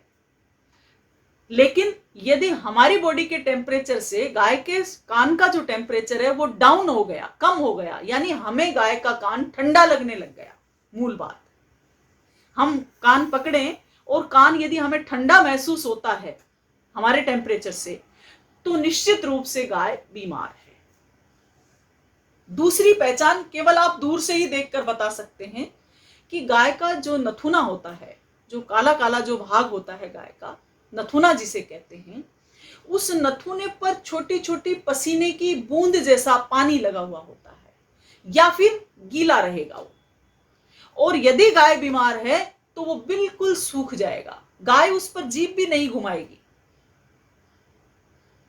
तो बिल्कुल आप उससे चेक कर सकते हैं कि गाय बीमार तो नहीं है। और तीसरा है कि वो चारा पानी छोड़ देती हैं, तो उस स्थिति में गाय के जो गव्य हैं उनका यदि हम औषधीय रूप में प्रयोग नहीं करें तो अच्छा है।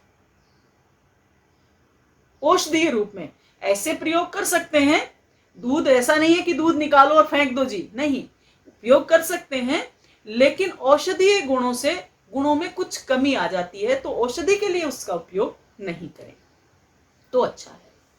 तीसरी बात।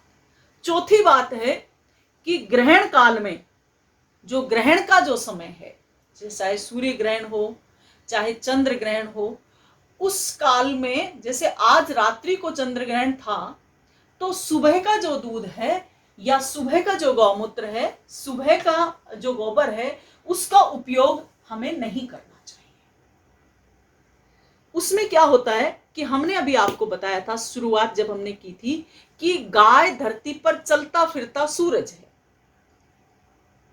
क्या है? गाय धरती पर चलता फिरता सूरज है। जैसे सूरज से जो दो ऊर्जा मिलती हैं, वो दो ऊर्जाएं हमें गाय के दूध से भी मिलती हैं। हमारी क्रिया, ताकत बढ़ती है तो क्रिया ऊर्जा में परिवर्तन आता है, और बुद्धि बढ़ती है तो उससे हमारा ब्रह्म ऊर्जा में परिवर्तन आता है। तो गाय के दूध से दोनों ऊर्जाएं हमें मिलती हैं। तो चलता फिरता सूरज क्या है धरती पर? वो गाय है। तो चंद्र ग्रहण हुआ, लेकिन चंद्र ग्रहण के पास भी, चंद्रमा के पास भी बहुत सी जो किरणें हैं, वो किसकी किरणें हैं? प्रकाश किसका है? सूरज का। सूर्य का ही तो प्रकाश है। और जो परावर्तित जो किरणें होकर जो आती हैं पृथ्वी पर, उन परावर्तित किरणों को गाय भी अब्जॉर्व करती है, चंद्रमा की किरणों को भी। क्यों? क्योंकि मूलतः किसकी है वो? सूरज की। सूरज की ही किरणें चंद्रमा के पास आती हैं, और चंद्रमा से परावर्तन करके, टकरा करके जो पृथ्वी पर आती हैं, उनका भी गाय अवशोषण करती है। दूसरे जो ग्रह हैं, प्लेटो ग्रह है, जो दूसरे और ग्रह, बृहस्पति ग्रह है, सब ग्रहों की यही स्थिति है। सभी ग्रहों से टकराकर ऊर्जा हमारे पृथ्वी पर आती है, और गाय उन ऊर्जाओं को ग्रहण करती है, क्योंकि इसके पास सूर्य केतु नाड़ी है, और मूलतः वह ऊर्जा किसकी है? वो किरणें किसकी है? सूरज की। तो सूर्य की किरणों को खींचने की मशीन गाय के पास है, तो उससे चंद्रमा की परावर्तित किरणों को भी वो खींचती है। और उस समय जो ग्रहण हुआ था, उस समय कुछ नेगेटिविटी वहां पर आती है। ग्रहण काल में उस ग्रह पर नेगेटिविटी रहती है। उस नेगेटिविटी का जो असर है वो उस किरणों के माध्यम से वहां पर भी पहुंचता है। तो हमें उस समय ग्रहण काल के बाद का जो दूध है, उसके बाद का जो गौमूत्र है, उसके बाद का जो गौमूत्र है, उस गोबर है, उसका उपयोग नहीं करना चाहिए। इसी प्रकार से अमावस्या और एकादशी के दिन के गव्यों का उपयोग भी नहीं करना चाहिए। अब आप सोच रहे होंगे कि ग्रहण काल में तो नेगेटिविटी रहती है, चलो चंद्र ग्रहण होगा उस दिन नहीं लेंगे, सूर्य ग्रहण होगा उस दिन नहीं लेंगे, क्योंकि उस समय जो किरणें हैं उनमें नेगेटिविटी है, और वो नेगेटिविटी सूर्य केतु नाड़ी के माध्यम से गव्यों तक भी पहुंच जाएगी, तो इसके लिए बचाओ। लेकिन अमावस्या का क्या प्रभाव है? एकादशी का क्या प्रभाव है? अमावस्या और एकादशी का भी प्रभाव है। एकादशी जो होती है, हिंदू धर्म में बताया गया है कि किसी हिंदू को, कोई दूसरा हिंदू कोई व्रत करे या ना करे, लेकिन उसे एकादशी का व्रत जरूर करना चाहिए। एकादशी के दिन ग्रह नक्षत्रों का योग, जो नक्षत्र के ज्ञाता हैं वो इस बात को जानते हैं अच्छी तरह कि कुछ ग्रह नक्षत्रों का योग इस प्रकार का होता है कि उन ग्रह नक्षत्रों के योग के कारण एक ऐसा मेल तैयार होता है ग्रहों पर, और उनसे जो परावर्तित जो किरणें, फिर उन ग्रहों से जो परावर्तित किरणें गाय के पास आती हैं वो उनको इकट्ठा करती हैं और उन्हें अपने गव्यों में पहुंचा देती हैं। लेकिन वो जो नेगेटिविटी आ जाती है उनमें कि उस दिन तो पानी पचाने की क्षमता भी किसी जीव के शरीर में नहीं होती, इसलिए कहते हैं कि उस दिन व्रत करना चाहिए, उपवास करना चाहिए, उस दिन अन्न ग्रहण नहीं करना चाहिए। कुछ एकादशी तो हमारे शास्त्रों में इस प्रकार की भी वर्णित हैं कि जिनको पानी भी नहीं पचता है शरीर में, पानी भी नहीं पीना चाहिए, पानी का उपयोग भी नहीं करना चाहिए, जैसे निर्जल एकादशी होती है। और यदि हमने पिया और वो शरीर में पचा नहीं, तो जो शरीर में भोजन पचता नहीं है, जो द्रव्य भोजन में पचता, शरीर में पचता नहीं है, वो नहीं पचेगा तो उसका बनेगा क्या? वो सड़ेगा, और सड़ेगा तो निश्चित रूप से वो हमारे शरीर में कोई ना कोई बीमारी लेकर ही बाहर आएगा। तो इसलिए एकादशी का व्रत रखना चाहिए, और एकादशी के दिन भी गाय के गव्यों का उपयोग नहीं करना चाहिए। क्यों? क्योंकि गाय के गव्यों में तो बहुत अधिक ताकत होती है, बहुत एनर्जी होती है। जहां शरीर छोटी छोटी चीजों को पचाने में, पानी जल को पचाने में मुश्किल होता है, उस दिन इतने एनर्जिकल प्रोडक्ट को पचाने के लिए बहुत एनर्जी चाहिए, इसलिए उस दिन इनका उपयोग नहीं करना चाहिए। ये एक रीजन है। अमावस्या में भी वही है कि अमावस्या की काली रात कहते हैं। हमारे शास्त्रों में बताया गया है कि अमावस्या के दिन भी कोई शुभ काम शुरू नहीं करना चाहिए। उसमें भी बात यही है कि सब नक्षत्रों से संबंधित ही है कि नक्षत्रों का मेल ही उस समय ऐसा होता है कि उस समय ऊर्जा में, प्रकाश की किरणों में, सभी ग्रहों के प्रकाश में नेगेटिव ऊर्जाओं का संग्रह होता है, और वो नेगेटिव ऊर्जा हमारी गौ तक भी पहुंचती है। तो उस दिन उनका उपयोग नहीं करें। और बताया गया है, इसके लिए एक नियम बनाया गया था कि यदि गाय के दूध का उपयोग किया जाए अमावस्या के दिन, तो उसकी खीर बना दी जाए, उसका तासीर को बदल दिया जाए। खीर बनाने का प्रावधान हमारे शास्त्रों में रखा है अमावस्या के दिन, कि अमावस्या के दिन खीर बनाकर खाएं, उसकी तासीर को परिवर्तन करके खाएं, उसमें चावल को मिक्स करके खाएं, तो जाके वो कुछ फायदा दे सकती है। लेकिन डायरेक्ट दूध का उपयोग नहीं करें, या फिर बछड़ों के लिए छोड़ देना चाहिए अमावस्या के दिन। जैसे हमारी गौशाला में आज भी ऐसा होता है कि अमावस्या के दिन दूध नहीं निकाला जाता, अमावस्या के दिन पूरा दूध बछड़ों को पिलाया जाता है। तो क्यों? वो क्योंकि उनके शरीर में परमात्मा ने ब्रह्म ऊर्जा दी है, वो पचा सकते हैं इसको, लेकिन हमारी ताकत नहीं है ब्रह्म ऊर्जा लेने की, और वो हम नहीं पचा सकते हैं, इसलिए उस दिन दूध का वर्जित रखा हुआ है। अब पूना साइड में, महाराष्ट्र में ऐसा होता है कि नहीं? हमारे राजस्थान में, पूरे राजस्थान में हमारे रतनपाल जी बैठे हैं, वो जानते हैं इसको कि हमारे पूरे राजस्थान में उस दिन खीर बनती है, हर घर में खीर बनती है। हाँ, प्रसन्न, बाद में अपन बात करेंगे।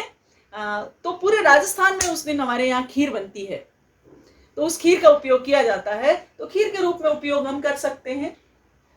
अब मेरे हिसाब से समय कम है। स्वानंद भाई, आप अगर प्रश्न काल रख दें तो ठीक है, बाकी हम जो टॉपिक बचे हैं वो कल पढ़ेंगे। आज कितने नियम लिखे हैं हमने? एक कोई जो नोट कर रहे हैं वो बताएं। हाँ, जो नोट कर रहे हैं, 5 नियम लिखे हैं, 5 नियम लिखे हैं। हाँ, 6 नियम बाकी हैं। कल हम 6 नियम पढ़ेंगे पहले, और उसके बाद हम अपने अगले टॉपिक पर चलेंगे। और अभी आप अपने म्यूट को खोल के जिसको भी प्रश्न करना है वो प्रश्न कर सकते हैं। स्वानंद भाई, आप आवाज सुन पा रहे हैं? हाँ, सुन पा रहा हूँ। हाँ, तो अभी आप प्रश्न काल रखिए, जिनको प्रश्न, किसी का प्रश्न है तो प्रश्न पूछ सकते हैं। हाँ, पूछ सकते हैं।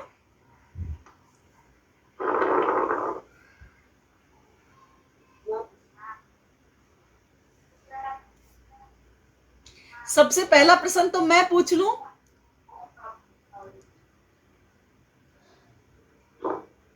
आरपी जी, पहला प्रश्न मैं पूछ लूं आरपी जी?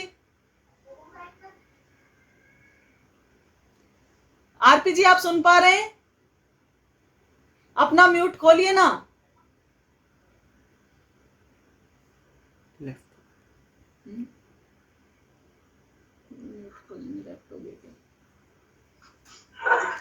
हाँ हाँ, हेलो। हाँ बोलिए।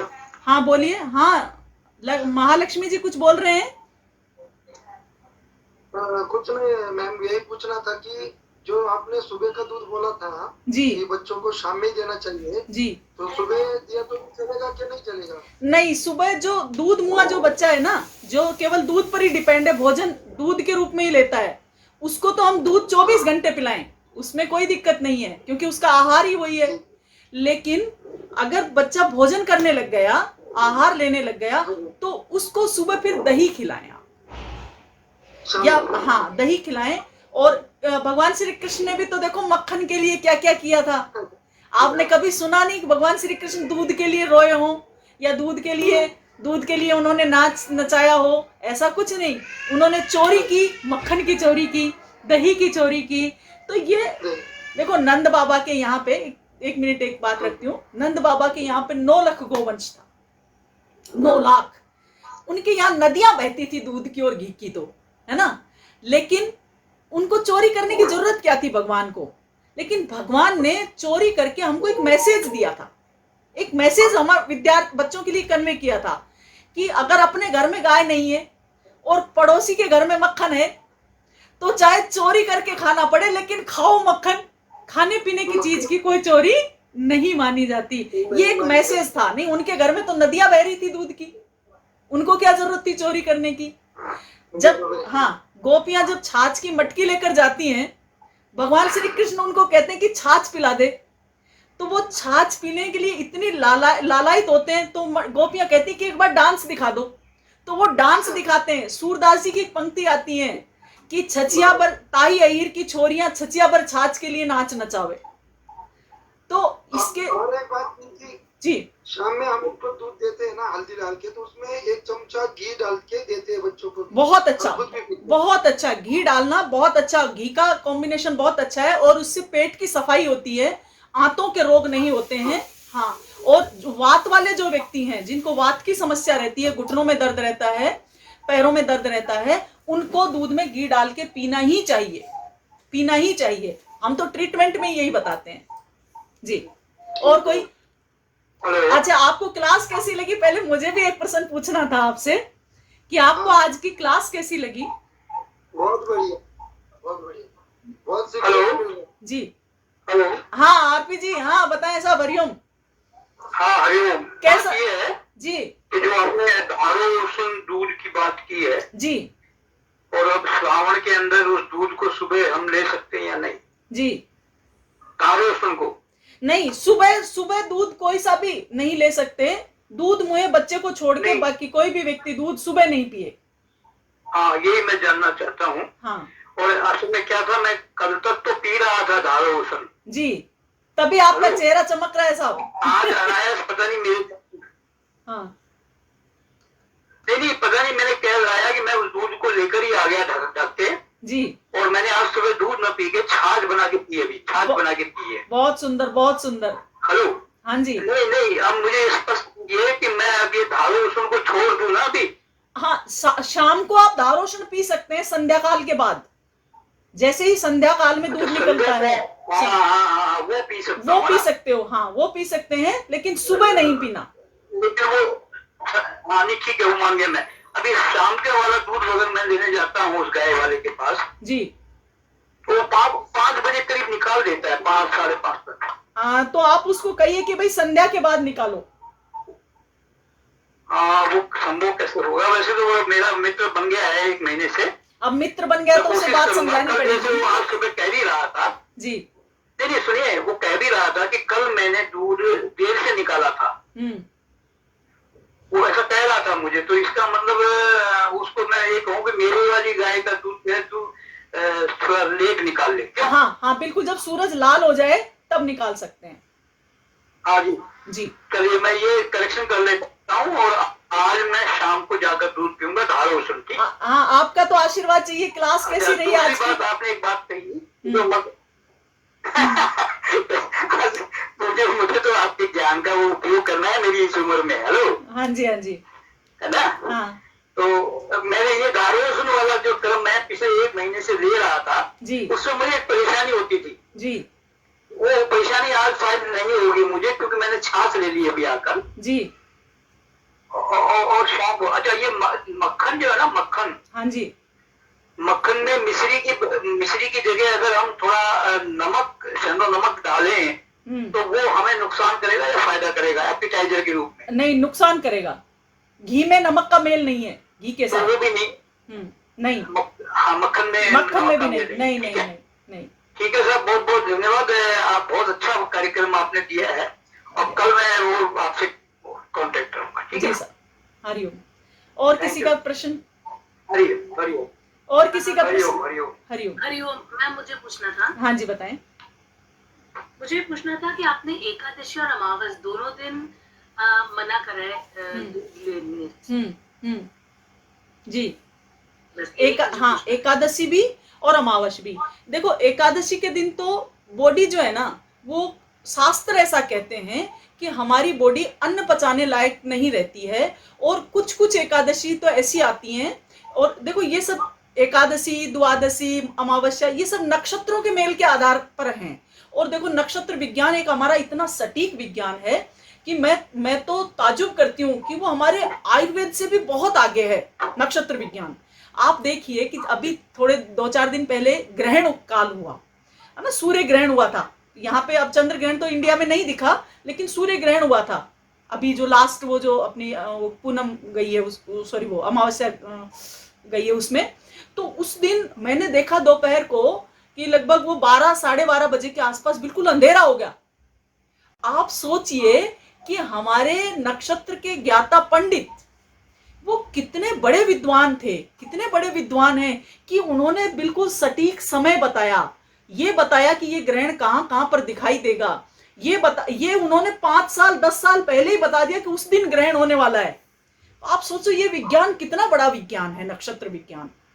और हम देखते रह गए कि देखते देखते अंधेरा हो गया। देखो, उसी समय, जो समय उन्होंने बताया उस समय अंधेरा होगा। तो कितना बड़ा साइंस है ये। मॉडर्न साइंस कहां टिक पाता है इस साइंस के सामने। तो ये जो नक्षत्रों का जो मेल है, ये कहीं ना कहीं ऐसा है। और एकादशी के लिए शास्त्र में ही ऐसा बताया गया है कि उस दिन निर्जल जो एकादशी आती है, उस दिन तो पानी भी नहीं पचा सकता हमारा शरीर। तो गाय के दूध को, गाय के गौमूत्र को, गाय के गोबर से बनी हुई भस्म को, इनमें तो बहुत अधिक एनर्जी है, बहुत अधिक ताकत है। इनको पचाने की बिल्कुल हमारे शरीर में क्षमता नहीं रहेगी। सेम अमावस्या के दिन भी ऐसा ही होता है कि अमावस्या के दिन भी डार्क डे कहते हैं, जिसे हम कहते हैं अमावस्या तो डार्क डे है, अंधेरा है। तो उस डार्क डे को भी ये बहुत ताकतवर चीजें हैं, ये नहीं पचती हैं। और जो चीज शरीर में नहीं पचती है वो पॉइजन कन्वर्ट होकर ही बाहर निकलती है, कोई ना कोई बीमारी लेकर आएगी। इसलिए हमें इन दोनों दिन अवॉइड करना चाहिए। जी, और बताएं, और किसी का? हरिओम। और किसी का? कुमार सुथार जी, कोई प्रश्न है? कुछ नहीं। चलो ठीक है, कल वापस 7 बजे मिलते हैं। और अगर आपको अच्छा लग रहा है और कोई लोग इसमें ऐड होना चाहते हैं तो उनको भी आप ऐड कर दें। और उनको हम, ये वीडियो भी बन रहा है हमारा, ये वीडियो हम सेंड कर देंगे उनको, तो वो पीछे नहीं रहेंगे। हाँ, हरिओम, गौ माता। अनिल गांधी बोल रहा हूँ। हाँ जी, बताएं। हाँ अनिल जी, ये वीडियो में काफी बार बीच बीच में डिस्कनेक्ट यहाँ से नहीं हो रहा था, वो जी रीजॉइन करने के लिए या फिर कैसा रहा सेशन, कितना क्वालिटी से? स्वानंद भाई आप इनकी बात का आंसर दीजिए ना। स्वानंद बताएंगे। हाँ अनिल जी, आपका आवाज ठीक से नहीं आ रहा है, टूट रहा है आपका आवाज। हाँ, आपके नेट की सिस्टम है, आपका बार बार म्यूट हो रहा है। आप नेट वाली जगह पर बैठ के क्लास लेंगे तो ज्यादा अच्छा रहेगा। ये तो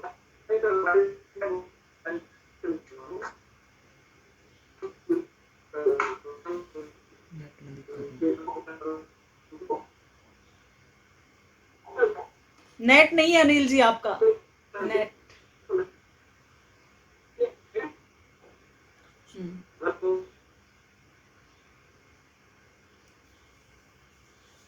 पारुल जी आप कुछ पूछेंगे?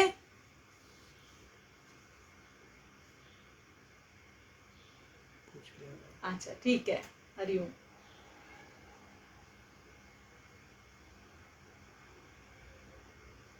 कमल चौधरी जी,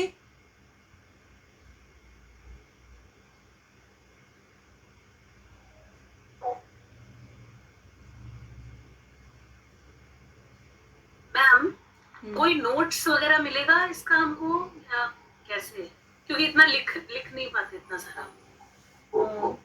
नोट्स का मैं आपको वो फोटो उसका खींच के भेज सकती हूँ, है ना, आपको जो चाहिए। चलेगा। और वैसे भी ना आप कभी भी जब मेरा फ्री टाइम होता है तो मुझे कभी भी कॉल करें आप, कि कोई भी समस्या हो उसके लिए कभी भी कॉल करें, लेकिन शाम के समय कॉल करें।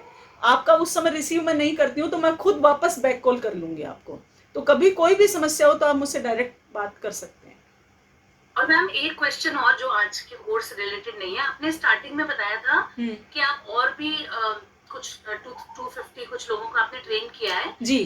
तो क्या किस चीज इसमें वो गव्य सिद्ध का कोर्स होता है, गव्य सिद्ध का कोर्स होता है। और उसमें फीस अभी ऑनलाइन का तो 25 रखा हुआ है 1000, और वैसे 35 है जो हम फिजिकल क्लास लेते थे। उसका एक डिप्लोमा मिलता है, तो उसमें आप एज ए डॉक्टर काम कर सकते हैं। फिर डॉक्टर नहीं लगा सकते, लेकिन गव्य सिद्ध लगाकर आप एज ए डॉक्टर आप काम कर सकते हैं, ट्रीटमेंट कर सकते हैं। आप इसके लिए ऑथराइज रहेंगे कि जो कुछ नॉर्मल जो बीमारियां हैं उन पर आप काम कर सकते हैं। फिर उसमें आप सब कुछ सीख सकते हैं। तो मैम ये कहाँ से रिकॉग्नाइज्ड या affiliated ये होता है? आप हमारे यहाँ जयपुर से ही कर सकते हैं।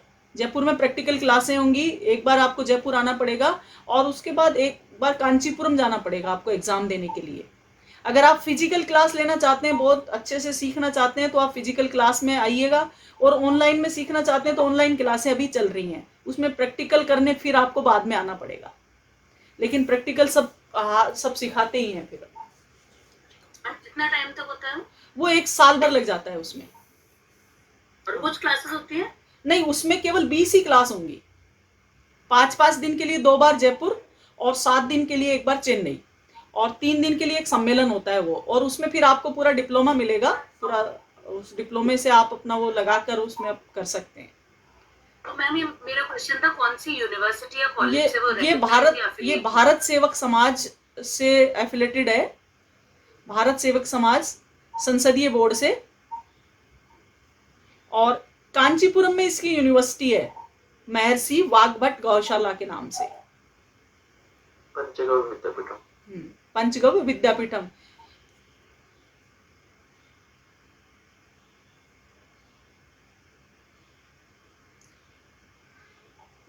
Thank you.